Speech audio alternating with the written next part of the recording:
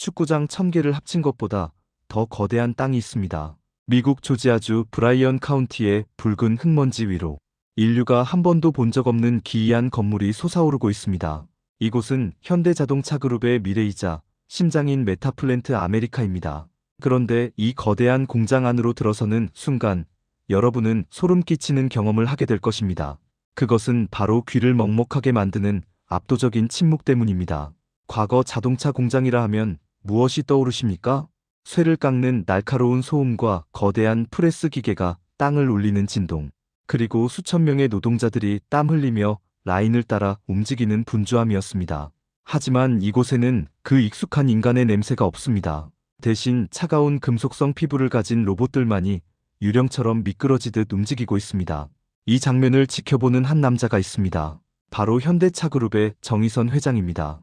그는 왜 수십조 원이라는 천문학적인 돈을 쏟아부어 지구 반대편에 사람 없는 공장을 지어야만 했을까요? 많은 사람들은 이것을 단순히 전기차를 팔기 위한 전략이라고 말합니다. 하지만 천만의 말씀입니다. 이것은 단순한 투자가 아니라 벼랑 끝에 선 제조업의 생존 본능이 만들어낸 처절한 탈출구입니다. 정의선 회장이 보스턴 다이내믹스라는 적자투성이 로봇 회사를 인수했을 때 월스트리트의 분석가들은 고개를 갸웃거렸습니다. 자동차 회사가 왜 춤추는 로봇개를 비싼 값에 사느냐는 조롱 섞인 질문이 쏟아졌습니다. 하지만 정 회장의 눈에 비친 미래는 달랐습니다. 그는 알고 있었습니다. 더 이상 사람의 손으로는 자동차를 만들어서 이윤을 남길 수 없는 시대가 오고 있다는 사실을 말입니다. 지금 여러분이 보고 있는 이 침묵의 공장은 노조와의 협상도 필요 없고 파업으로 라인을 멈출 일도 없으며 지치지도 않고 24시간 돌아가는 완벽한 생산기계입니다. 이것은 제조업의 종말일까요? 아니면 새로운 시작일까요? 우리는 지금 현대차라는 거대한 항공모함이 내연기관이라는 낡은 항구에서 떠나 로보틱스라는 미지의 바다로 항해를 시작하는 역사적인 순간을 목격하고 있습니다. 만약 이 도박이 실패한다면 대한민국 경제의 기둥 하나가 무너질 수도 있습니다. 하지만 성공한다면 우리는 인류 역사상 처음으로 노동으로부터 해방된 제조업을 보게 될 것입니다. 지금부터 그 거대하고 은밀한 계획의 내부를 낱낱이 파헤쳐 드리겠습니다. 시계를 잠시 1980년대 울산으로 돌려보겠습니다. 그곳은 말 그대로 욕망의 용광로였습니다. 새벽부터 밤늦게까지 공장은 멈추지 않았고 월급 봉투를 두둑하게 챙긴 노동자들의 웃음소리가 거리를 메웠습니다. 당시 대한민국 제조업은 값싼 인건비와 숙련된 노동력을 무기로 전 세계를 휩쓸었습니다. 하지만 2026년 오늘날의 상황은 어떻습니까? 잔혹한 진실을 말씀드리자면 그 황금기는 다시는 돌아오지 않습니다. 이것은 감상의 영역이 아니라 차가운 숫자가 증명하는 공포입니다. 데이터를 통해 맥락을 짚어보겠습니다. 과거 자동차 한 대를 만드는 데 들어가는 인건비 비중이 10% 미만이었던 시절이 있었습니다. 하지만 지금은 어떻습니까? 강성 노조와의 임금 협상은 매년 반복되는 전쟁이 되었고 평균 연봉 1억 원이 넘는 고비용 구조가 고착화되었습니다. 더 무서운 것은 돈을 더 주고 싶어도 일할 사람이 없다는 사실입니다. 대한민국은 전 세계에서 유례를 찾아볼 수 없는 속도로 늙어가고 있습니다. 생산 가능 인구는 급격히 줄어들고 있으며 젊은이들은 더 이상 기름 냄새 나는 공장에서 일하려 하지 않습니다. 이것이 바로 현대차가 직면한 첫 번째 데스밸리입니다. 국내에서 공장을 더 짓고 싶어도 지을 수 없는 물리적 한계에 봉착한 것입니다. 반면 경쟁자들의 움직임은 섬뜩할 정도로 빠릅니다. 테슬라는 기가팩토리를 통해 공정 자체를 혁신하며 생산 단가를 반토막 냈고 중국의 전기차 업체들은 무시무시한 속도로 저가 공세를 퍼붓고 있습니다. 이 샌드위치 상황에서 현대차가 선택할 수 있는 길은 단 두 가지였습니다. 서서히 끓는 물속의 개구리처럼 죽음을 맞이하거나 아예 판을 뒤집어 엎는 것입니다. 여기서 우리는 네덜란드 병과 유사한 제조업의 딜레마를 발견하게 됩니다. 국가가 발전하고 소득이 높아질수록 역설적으로 제조업의 경쟁력은 떨어지는 현상입니다. 선진국이 된 대한민국에서 제조업을 계속 붙잡고 있는 것은 마치 모래주머니를 차고 마라톤을 뛰는 것과 같습니다. 그래서 정의선 회장은 결단을 내립니다. 사람이 필요 없는 공장을 만들자. 인건비라는 변수를 상수형으로 만들어버리는 게임 체인저가 되자는 것입니다. 이것이 바로 미국 조지아 공장의 진짜 정체입니다. 단순히 미국 땅에 공장을 지은 것이 아니라 대한민국의 인구 절벽과 고임금 구조라는 리스크를 기술로 완전히 삭제해버리려는 시도인 것입니다. 만약 현대차가 이 변화를 거부하고 기존 방식만 고집했다면 최선의 시나리오라고 해봤자 과거의 영광을 파먹으며 서서히 몰락하는 일본 전자기업들의 전철을 밟았을 것입니다. 하지만 최악의 시나리오를 상상해 보십시오. 어느 날 갑자기 중국산 전기차가 현대차 반값에 쏟아져 들어오고 국내 공장은 높은 인건비를 감당 못해줄 줄이 폐쇄되는 악몽 같은 미래 말입니다. 정의선 회장은 이 끔찍한 미래를 미리 보았기에 그토록 로봇에 집착하고 미국행 비행기에 몸을 실었던 것입니다. 이제 우리는 깨달아야 합니다.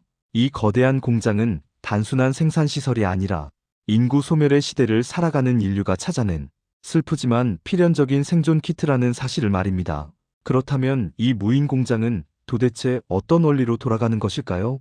많은 분들이 보스턴 다이내믹스의 로봇계 스팟이 춤추는 영상만 보셨을 겁니다. 하지만 그 귀여운 춤사위는 대중을 현혹하기 위한 쇼에 불과했습니다. 현대차가 진짜로 산 것은 춤추는 기술이 아니라 로봇이 스스로 생각하고 판단하는 인지 능력입니다. 쉽게 말해 기존의 공장 로봇이 눈뜬 장님이었다면 지금 현대차의 로봇들은 천리안을 가진 예언자입니다. 이 메커니즘을 아주 구체적으로 분해해드리겠습니다. 과거의 산업용 로봇은 그저 입력된 좌표대로 팔을 휘두르는 멍청한 쇳덩이였습니다. 만약 부품이 1cm만 옆에 있어도 로봇은 허공에 용접을 해대며 불량을 만들어냈습니다. 하지만 보스턴 다이내믹스의 기술이 적용된 로봇은 다릅니다. 로봇계 스팟은 공장 구석구석을 돌아다니며 인간의 눈으로는 볼 수 없는 미세한 열기나 가스 누출을 감지합니다. 수천 개의 센서가 달린 아틀라스 로봇은 부품의 위치가 바뀌어도 스스로 궤적을 수정해 정확하게 조립합니다. 이것은 마치 숙련된 장인 수백 명의 뇌를 컴퓨터에 이식한 것과 같습니다. 더 놀라운 것은 디지털 트윈이라는 기술과의 결합입니다. 현실의 공장과 똑같은 쌍둥이 공장을 가상세계에 만들어 놓고 시뮬레이션을 통해 모든 문제를 미리 예측하는 것입니다. 예를 들어 내일 비가 와서 습도가 높아지면 도장 품질에 어떤 문제가 생길지 인공지능이 미리 계산해서 로봇의 분사 압력을 조절합니다. 이 과정에서 인간의 개입은 제로에 가깝습니다. 이것이 경제적으로 어떤 의미를 가지는지 아십니까? 불량률 0%라는 꿈의 숫자에 도전한다는 뜻입니다. 불량이 나면 그것을 폐기하고 다시 만드는 비용이 막대합니다. 하지만 이 지능형 공장은 불량이 발생할 확률 자체를 원천 차단합니다. 이것은 단순한 비용 절감을 넘어 제조업의 패러다임을 바꾸는 혁명입니다. 과거에는 생산 속도를 높이려면 사람을 더 뽑고 야근을 시켜야 했습니다. 하지만 이제는 서버의 엔터키 하나만 누르면 로봇들의 작업 속도가 20%, 30% 즉시 빨라집니다. 노동법도 필요 없고 휴식 시간도 필요 없습니다. 정의선 회장이 꿈꾸는 HMGMA는 바로 이런 곳입니다. 하나의 거대한 유기체처럼 살아 숨쉬는 공장, 스스로 진화하고 학습하는 콘크리트 괴물입니다. 현대차는 이제 자동차 제조사가 아닙니다. 데이터를 수집하고 가공해서 물리적인 이동수단으로 출력해내는 거대한 소프트웨어 기업으로 변태하고 있는 중입니다. 이제 시선을 기술에서 지도로 옮겨보겠습니다. 왜 하필 미국 조지아주였을까요? 땅값이 싸서 세금을 깎아줘서 물론 그런 이유도 있습니다. 하지만 진짜 이유는 훨씬 더 냉혹하고 정치적인 계산이 깔려 있습니다. 바로 미국 정부가 만든 인플레이션 감축법, 즉 IRA라는 거대한 장벽 때문입니다. 이 법의 본질을 아주 쉽게 설명해 드리겠습니다. 미국 땅에서 만들지 않은 전기차에는 보조금을 단 한 푼도 주지 않겠다는 것입니다. 이것은 사실상 수입차에 대한 사형 선고나 다름없습니다. 보조금이 없으면 현대차의 전기차 가격은 수천만 원이 비싸지게 되고 미국 소비자들은 당연히 테슬라나 GM을 선택하게 될 것입니다. 이 절체절명의 위기 속에서 현대차는 역발상을 감행합니다. 장벽을 넘을 수 없다면 장벽 안으로 들어가서 우리만의 성을 쌓자는 전략입니다. 조지아 공장은 바로 그 트로이의 목마입니다. 미국 내 생산이라는 조건을 충족시키면서 동시에 보조금 혜택을 싹쓸이할 수 있는 자격을 얻게 된 것입니다. 이것은 경제학적으로 볼 때 공급망의 내재화 전략이라고 부릅니다. 과거에는 전 세계 어디서든 가장 싼 곳에서 만들어서 배로 실어 나르는 것이 정답이었습니다. 이것이 세계화 시대의 문법이었죠. 하지만 지금은 탈세계화 시대입니다. 미국과 중국이 서로 으르렁거리고 자국 우선주의가 판을 치는 정글입니다. 이런 상황에서 수출만 고집하는 것은 자살행위입니다. 현대차는 조지아 공장을 통해 메이드 인 USA라는 강력한 방패를 얻었습니다.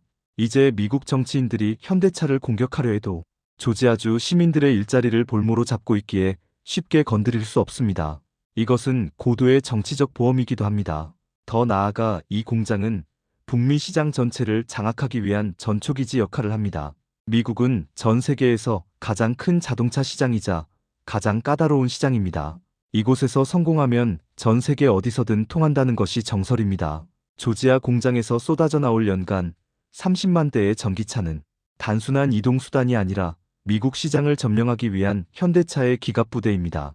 정의선 회장은 이 공장을 짓기 위해 바이든 대통령과 만나고 수많은 정치적 딜을 성사시켰습니다. 그 결과 현대차는 이제 단순한 한국 기업이 아니라 미국 경제의 일부로 깊숙이 파고드는 데 성공했습니다. 이것이 바로 기술과 정치가 결합된 21세기형 생존 방정식입니다. 여기서 우리는 아주 불편하고도 충격적인 숫자 노름을 해야 합니다. 울산 공장의 면적은 약 150만 평입니다. 이곳에서 매일 아침 3만 2천 명의 직원들이 출근 전쟁을 벌입니다. 자전거 부대가 도로를 점령하고 식당 가는 점심시간마다 인산인해를 이룹니다. 이것이 우리가 알던 전통적인 제조업의 활기찬 풍경이었습니다. 그런데 지구 반대편 조지아 공장은 어떻습니까? 여의도 면적의 4배에 달하는 350만 평이라는 광활한 땅을 가졌습니다. 울산보다 2배 이상 거대한 이 괴물 같은 공장을 돌리는 핵심 인력은 고작 얼마일까요? 놀라지 마십시오. 초기 가동을 위한 필수 오퍼레이터는 800명 수준에 불과하다는 분석이 나옵니다. 물론 공장이 풀가동되면 인원은 늘어나겠지만 울산과 비교하면 수십 분의 1도 안 되는 인원으로 더 많은 차를 찍어내는 것입니다. 이것은 단순한 효율성의 차이가 아닙니다. 인간이라는 변수가 생산 현장에서 완전히 삭제되고 있다는 뜻입니다.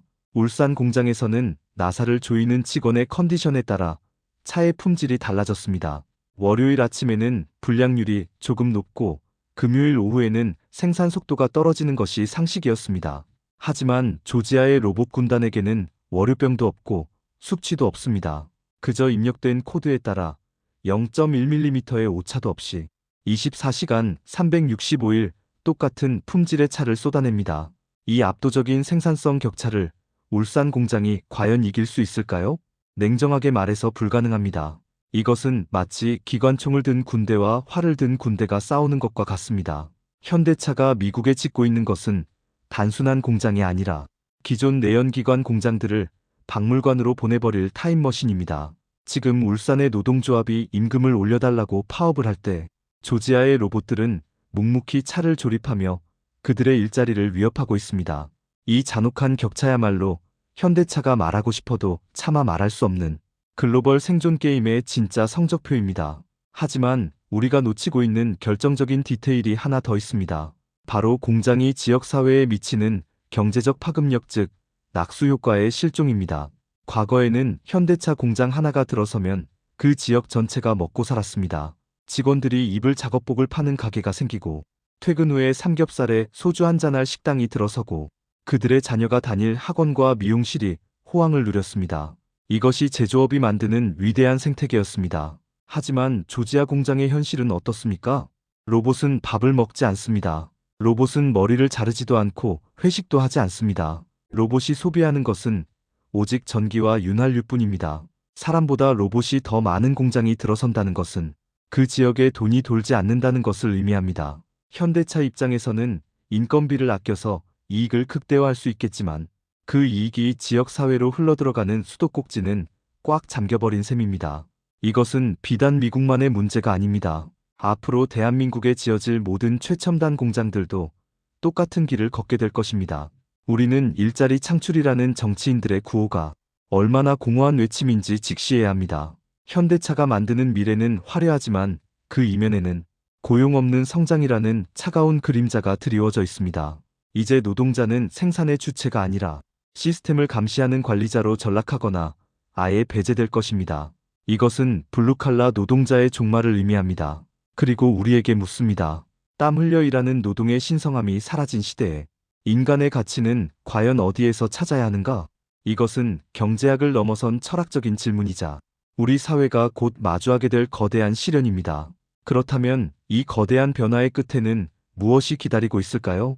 저는 감히 이렇게 예언합니다. 10년 뒤 현대차는 더 이상 자동차 제조사로 불리지 않을 것입니다. 그들은 공간 이동 서비스 기업이 될 것입니다. 정의선 회장이 그토록 로봇계 스팟에 집착하는 이유가 여기에 있습니다. 지금은 스팟이 공장을 순찰하는 경비견 역할을 하지만 조만간 여러분의 현관 앞까지 택배를 배달하는 배달원이 될 것입니다. 자동차는 소유하는 물건이 아니라 필요할 때 앱으로 부르면 내 앞까지 스스로 찾아오는 이동형 거실이 될 것입니다. 이 미래 시나리오에서 자동차 공장은 단순히 차를 찍어내는 곳이 아니라 도시 전체를 움직이는 하드웨어를 공급하는 거대한 서버실이 됩니다. 우리는 이미 그 징후를 보고 있습니다. 현대차가 발표한 미래 모빌리티 비전을 보십시오. 땅 위에는 로봇 택시가 다니고 하늘에는 에어 택시가 날아다닙니다. 이 모든 것을 관제하고 제어하는 힘은 바로 지금 조지아 공장에서 축적하고 있는 로봇 데이터에서 나옵니다.